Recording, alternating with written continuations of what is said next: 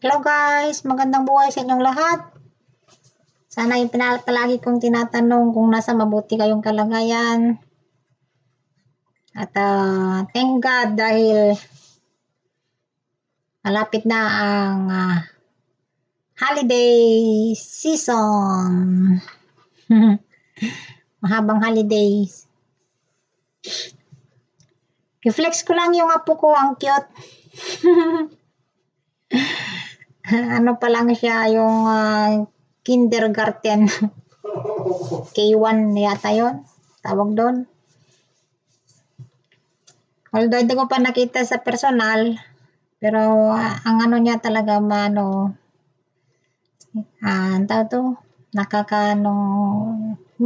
malambing. Pero minsan may sumpong. Ganon talaga ang bata. Hindi may iwasan yung sumpong, kulit. Kaya mahal na mahal ko silang lahat. Iano ko lang yung sayaw nila sa school dahil gusto kong mapanood. Kahit hindi sila nanalo, tawa kami ng tawa ng kanyang mama. Sabi ko ganun talaga. Sabihin na lang na better luck next time.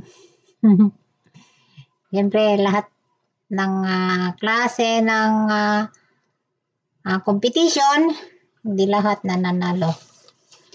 May winner at loser. So, ganun talagang buhay. Hindi pwedeng positivein lahat. Meron ding negatibo para magbalanse. Pagka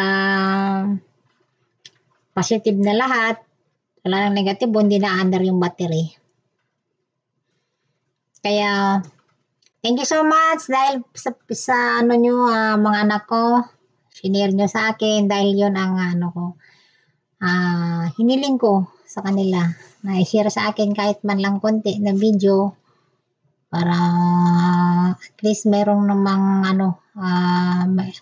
remembrance sa YT para paglaki nila, pag mapanood nila, if God's willing, pag nandyan ang YT, sana mapanood nila paglaki nila. Yun lang naman ang point ko. Yung mga ginagawa ko. At sana balang araw mapanood din nila. So, maraming salamat sa inyong lahat, guys. At hindi ako magsasawang magpasalamat sa inyo dahil nandyan pa rin kayo sumusuporta sa akin. At naway gabayan tayong lahat pare-pareho ng ating Panginoong Diyos. Mahal ko kayong lahat. Thank you so much. Bye-bye.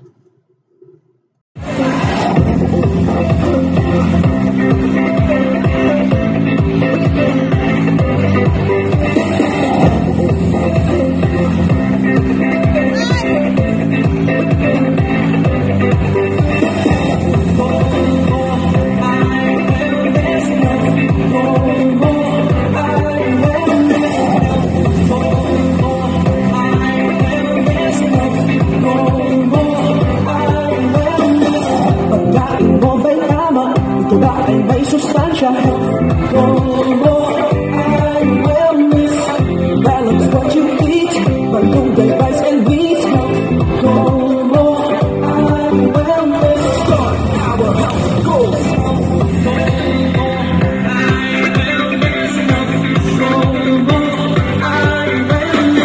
Pagkain mo ba'y tama? Ito ba ay may sustansya? I will miss balance what you eat, malunggay, rice